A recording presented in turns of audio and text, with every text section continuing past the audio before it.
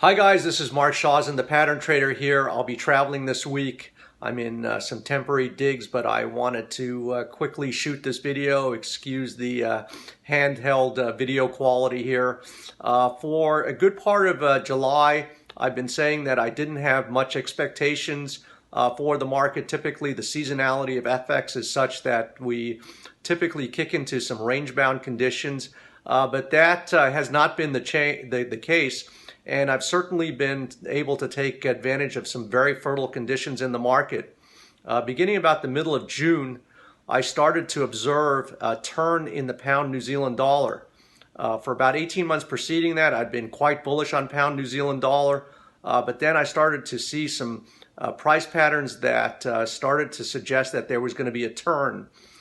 In the middle of June, based on what I saw in terms of the price action, the burst above an ascending triangle, and then a crash below the support line of the ascending triangle, I started to tell our members that there was likely a bull trap occurring in the pound New Zealand dollar, meaning that anybody that bought the pound New Zealand above the break of the ascending triangle was going to get stranded above there. Hence, we call it a bull trap. And around the 192.69 area, I started to suggest getting actively and heavily short pound New Zealand dollar.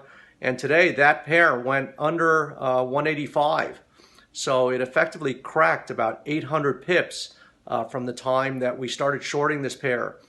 Similarly, its cousin, the pound versus Australian dollar, has put on several bear price patterns, and I have been actively getting short pound versus Australian dollar. I've included some of my analysis in the last couple of weeks in pound New Zealand and pound Australian that led me to make these calls on the short side based on the price patterns and price action prevailing in those pairs.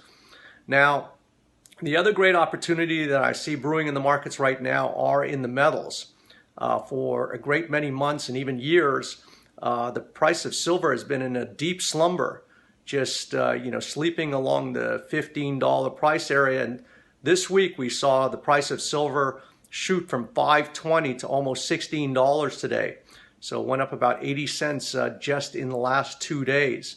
Now, this is not surprising. The gold-silver ratio, the price of gold versus silver, has gone above a 25-year high. Not since 1991 have we seen a gold-silver ratio above 91. Recently we got as high as 92 and 93. So something had to give, meaning that the price of silver had to start moving directionally higher to close that gap. And that's exactly what we've seen. We also saw a move today in gold over $1,420. And so based on a crash of a 6-year trend line in gold, I've been predicting that this metal could go as high as $1,700 over the course of the next several months or even years. So these are the markets that I'm actively keeping an eye on. Also, dollar yen is cratering, consistent with my analysis that we're going to go back to the December lows of about 104 in dollar yen. So there's actually a lot of activity, a lot of good things going on in the markets, and I'll keep you apprised of my views as I see it. But right now, I'm getting heavily long the metals, both silver and gold, XAG USD and XAU USD respectively. So with that said, I hope you guys have a healthy and prosperous trading day, and I'll see you next time.